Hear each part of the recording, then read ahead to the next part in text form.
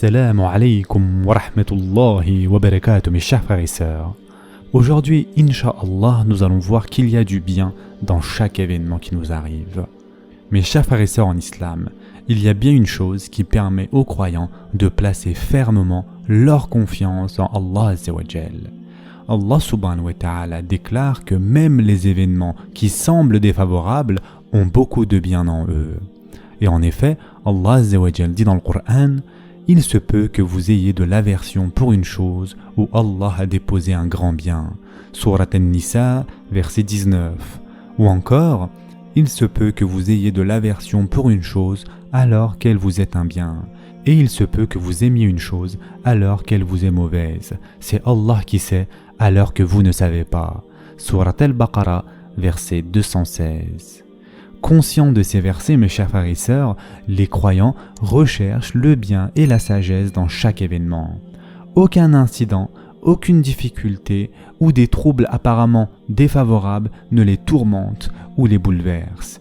Ils conservent leur sérénité dans chaque situation, qu'elle soit importante ou insignifiante. Un musulman sincère voit même de la sagesse et un plan divin dans la perte de tous les biens qu'il a acquis par de grands efforts. Il exprime sa gratitude à Allah Azza wa Jal de lui avoir épargné la vie. Il croit fermement qu'Allah Azza wa Jal l'a empêché de commettre un mauvais acte ou de trop s'attacher aux biens de ce bas monde. Il le remercie ainsi sincèrement parce qu'aucune perte dans ce bas monde n'égalera celle que l'on éprouvera dans l'au-delà. Mes chers frères et sœurs en islam, ceux qui pensent souvent à l'au-delà considèrent chaque événement comme un bien et une beauté conduisant à l'au-delà. Ceux qui passent par de rudes épreuves reconnaîtront leur faiblesse auprès d'Allah Azza wa Jal et admettront combien ils ont besoin de lui.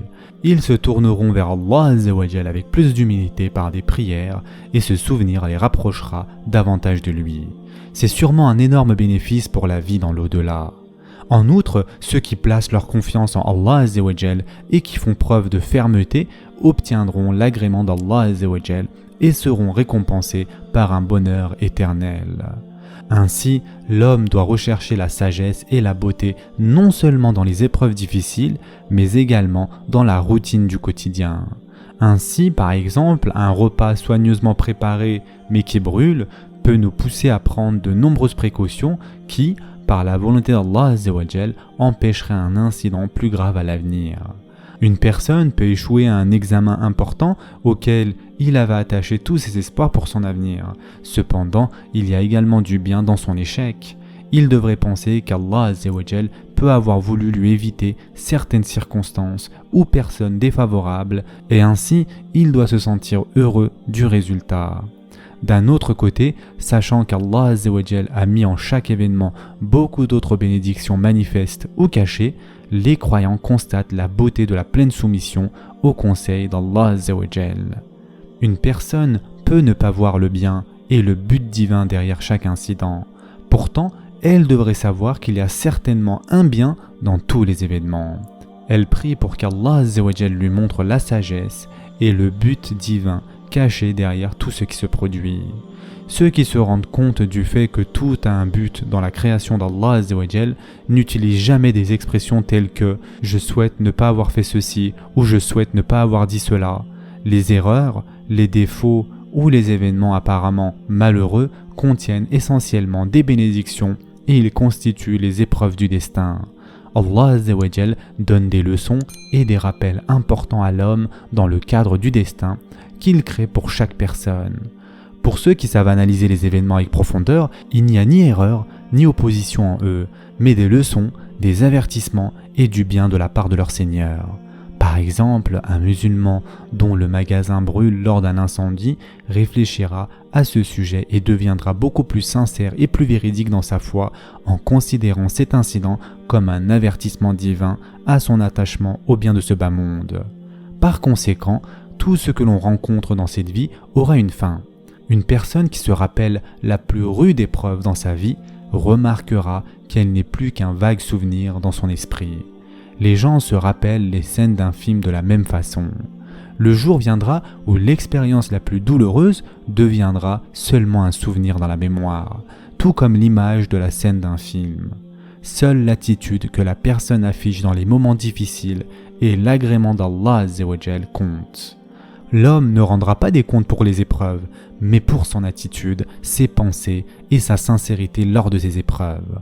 Par conséquent, faire un effort pour voir le bien et le but divin qu'Allah Azza wa Jal crée dans les situations auxquelles l'on fait face, ainsi qu'avoir une attitude positive, c'est cela qui apportera le bonheur aux croyants dans ce monde et dans l'au-delà. Aucune douleur, aucune crainte n'atteignent les croyants qui se rendent compte de cela.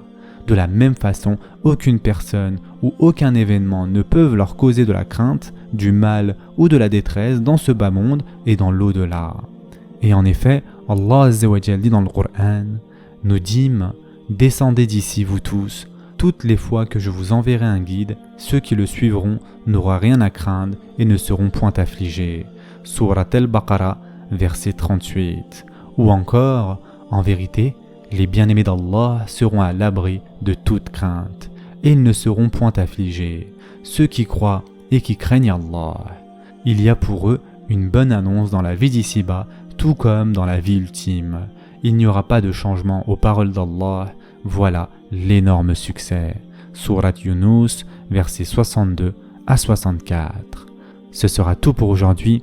En attendant, prenez soin de vous mes chers frères et sœurs, et à très prochainement, Inch'Allah.